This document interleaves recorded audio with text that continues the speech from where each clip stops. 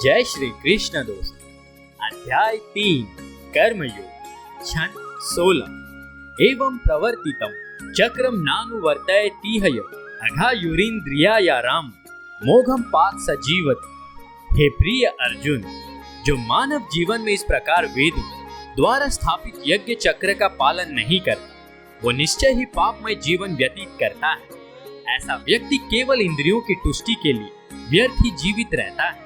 तात्पर्य, इस श्लोक में भगवान ने कठोर परिश्रम करो और इंद्रिय तृप्ति का आनंद लो इस सांसारिक विचारधारा का तिरस्कार किया है। अतः जो लोग इस संसार में भोग करना चाहते हैं उन्हें उपयुक्त यज्ञ चक्र का अनुसरण करना परमावश्यक है।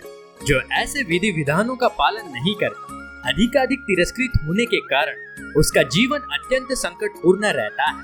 प्रकृति के नियमानुसार यह मानव शरीर विशेष रूप से आत्म साक्षात्कार के लिए मिला है, जिसे कर्म योग, ज्ञान योग या भक्ति योग में से किसी एक विधि से प्राप्त किया जा सकता है। इन योगियों के लिए यज्ञ संपन्न करने की कोई आवश्यकता नहीं रहती, क्योंकि ये पाप पुण्य से परे होते हैं।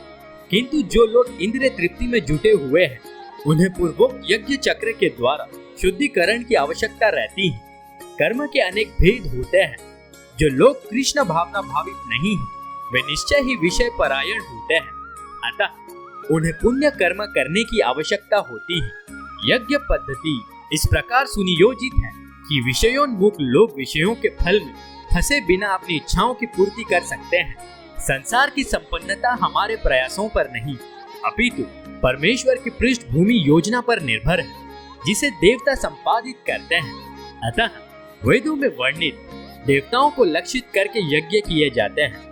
अप्रत्यक्ष रूप में ये कृष्ण भावना मृत का ही अभ्यास रहता है, क्योंकि जब कोई इन यज्ञों में दक्षता प्राप्त कर लेता है तो वो अवश्य ही कृष्ण भावना भावित हो जाता है।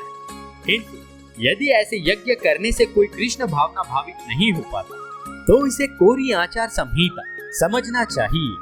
अतः मनुष्यों को चाहिए कि वे आचार संहिता तक अपनी प्रगति को सीमित न करें, अपितु उसे पार करके कृष्ण भावना मृत को प्राप्त। जय श्री कृष्ण दोस्त।